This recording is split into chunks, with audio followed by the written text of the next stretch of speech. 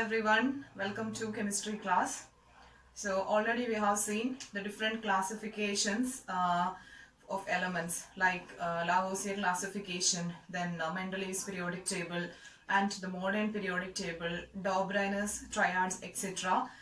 In the previous class. So today let's see how the electrons were arranged in shells, then subshells, then coming to the third one, that is orbital. Okay, so this we have already studied how to write electronic configuration, that is shell electronic configuration, you know, but let's discuss something more about subshells and orbitals. So before moving to the energy levels, that is subshells, then orbitals, etc. First of all, let's remember the classification from the periodic table into different blocks. Okay, that is S block, then P block, D block and F block. Just remember the block classification.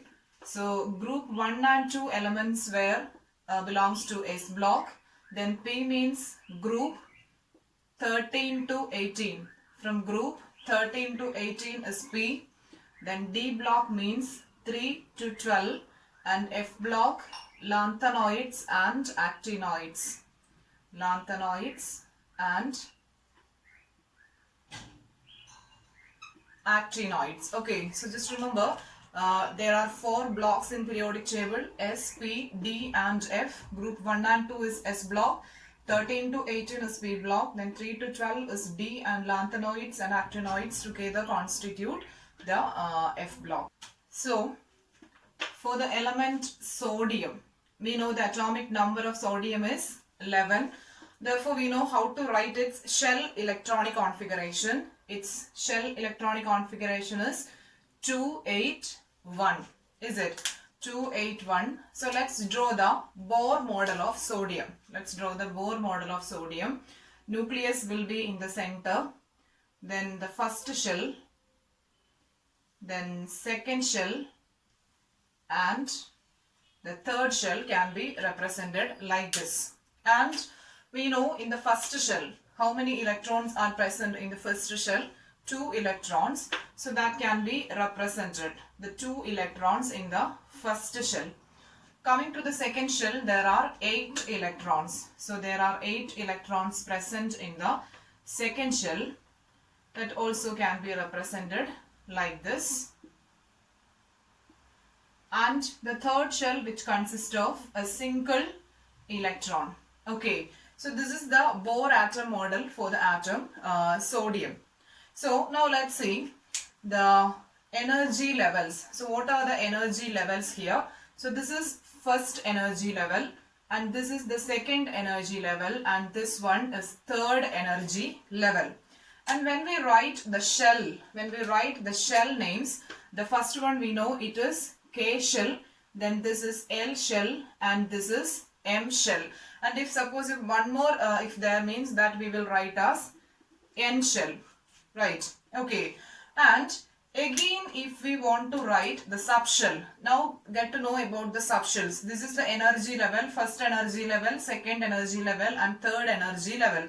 And the shells which involved in this energy level, first one K, then L shell, M shell, and finally if one more round means that will be N shell. Okay, so now let's see the subshells involved in this main energy level. So mainly as we have studied the block classification, so mainly 4 subshells. We will study 4 sublevels, main energy level, then shell, main 4 sublevels: S, P, D and F. S, P, D and F are the 4 sublevels. So the K shell means only the sublevel S will be present in the K shell. Then coming to the L, S and P is present. In this M, here S, P and D is present. And suppose if a 4th energy level means there S, P, D and F sublevels are present. Okay, so the main subshells we will say S, P, D and F. So next we'll see the electron accommodation. How many electrons can be accommodated in these 4 subshells? Okay, so first of all let's take the subshell S. So for the subshell S can accommodate maximum 2 electrons. Okay, S orbitals can accommodate maximum 2 electron. S is half, only one orbital. S is half, only one orbital. So in one orbital, maximum it can accommodate 2 electrons. Okay, and then next is P subshell. So P subshell is half, 3 orbital. P subshell is half. How many orbitals? 3 orbital. So we know one orbital can accommodate maximum 2 electrons. Therefore, this P subshell is having 3 orbital. Therefore, it can accommodate total 6 electron. So P is half, 3 orbitals. Okay. Then the next one is D subshell. D subshell is half, 5 orbital. D subshell is half, 5 orbital. That can be represented 5 orbitals. 2, 3 and 4. 5 orbital, and maximum it can hold, since 5 orbitals are present, we can say maximum it can hold 10 electrons. Maximum it can hold 10 electrons. And the last subshell, that is F. F is half, 7 orbital. F is half, 7 orbital, and that can be drawn.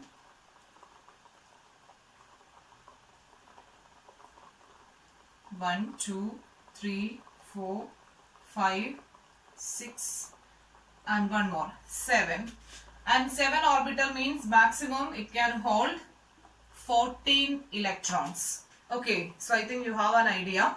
The main subshells are S, P, D, F, each having different orbitals. Okay, so S is half, only one orbital. P is half, 3 orbitals. For D, 5 orbital, and F is half, 7 orbital. And remember that ratio, one orbital can accommodate how many electrons? 2 electrons. One orbital can accommodate maximum 2 electron. Now let's draw the electron distribution. So S orbital is having 2 electron. S can accommodate maximum 2 electrons. So how we will represent electron? Normally electrons can be represented using half arrows like this. Electrons are represented using half arrows, or in some case it is found that it can be represented with a full arrow. Okay, if both doesn't matter, half arrow or this full arrow. So in this orbital, 2 electrons can be accommodated. That 2 electrons I have represented like this, first one, and this is second electron. The 2 electrons I have represented in this manner, first one, and this is the second one. Okay, and obviously we will have doubt, can we represent these electrons in this way, that is the first one, then second one, with same direction? In this way we cannot represent. This is not the correct pattern of representation. Again, at the same time, can we have represent the 2 electrons like this? To down, can we represent both? Of course not. We cannot represent in this way.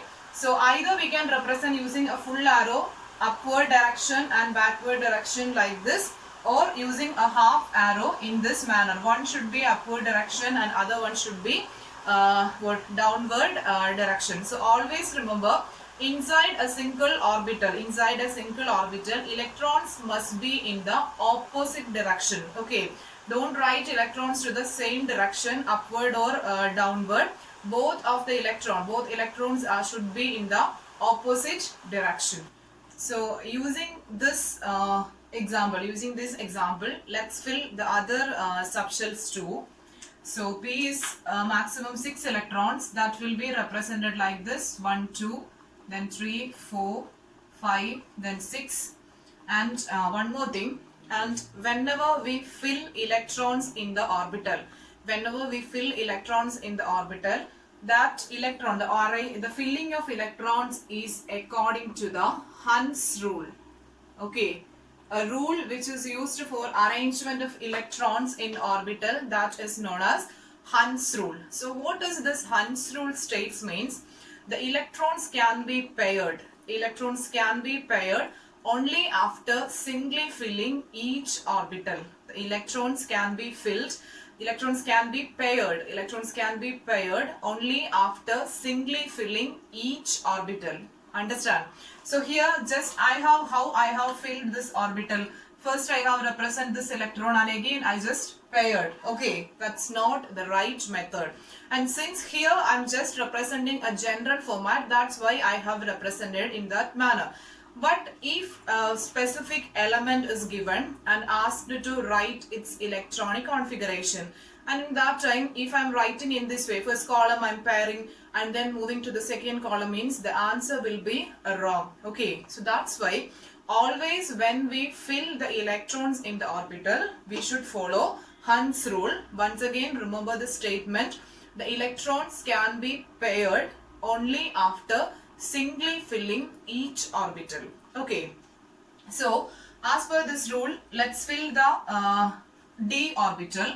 So, 1, then 2, 3, 4, 5.